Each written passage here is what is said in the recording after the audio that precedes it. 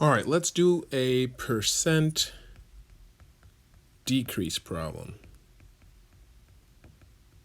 Same exact procedure. So it says the cost of gas for the Lopez family last year was $1,000. So let's say gas cost $1,000. Okay. This year, and this was let's say this was 2000 and I don't know, 19. Okay. This year, the family bought a new car and the cost is $950. So in 2020, which is this year, gas cost $950. I'm not sure why I put a K here. That's $1,000. Find the percent increase or decrease. So there are two questions, right? The first question is there a percent increase or decrease? Did we go up or did we go down? And I think you can tell already what happened, but we'll wait for the end.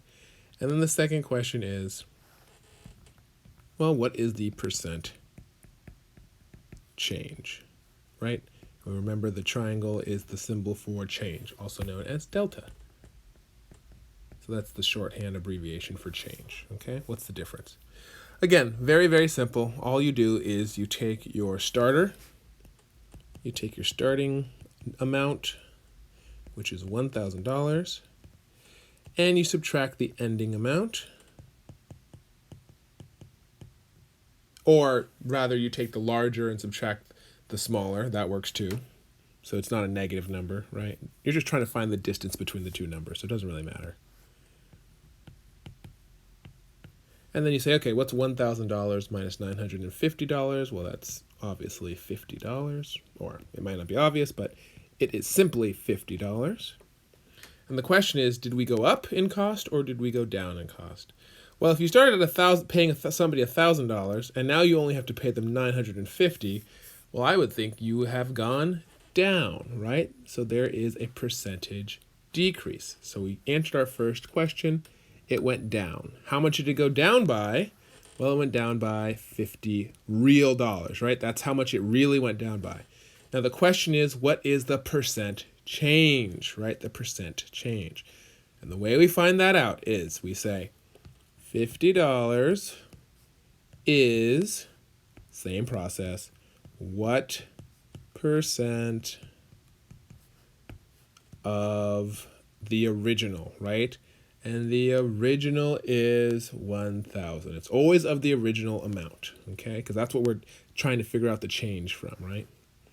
Of, where is it? $1,000. Okay. So let's turn this into an equation. We've got 50 equals, let's use P for percent this time. Of is always multiplication, and we've got 1,000 here. All right, same procedure. So we've got 50 equals, we're looking for the missing number P, times 100. We're going to consolidate and make it look clean.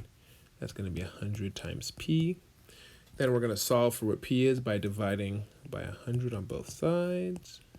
I'm sorry, 1,000. I'm not sure why I put 100. My bad. That is my mistake.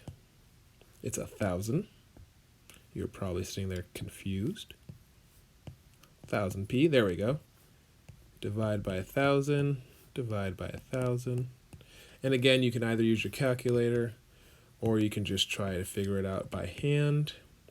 There's 1 0 between the two of them, so you can cross that out. So that leaves you with 5 over 100. 5 out of 100 you should be able to do in your head. That's 5 cents out of 100 cents. Or if I'd reduce by 5, that's 1 over 20. But in reality, it's simply just 5 cents. This is how you write 5 cents. 0.5 is the percent change, is P. But remember, when we're talking about percentage, that's 5 cents. Therefore, it is 5% is the change. So it went down by 5%. We had a percent decrease from $1,000 to $950. That was real terms, $50 less. What was the percent change? 50 is what percent of $1,000? 5%.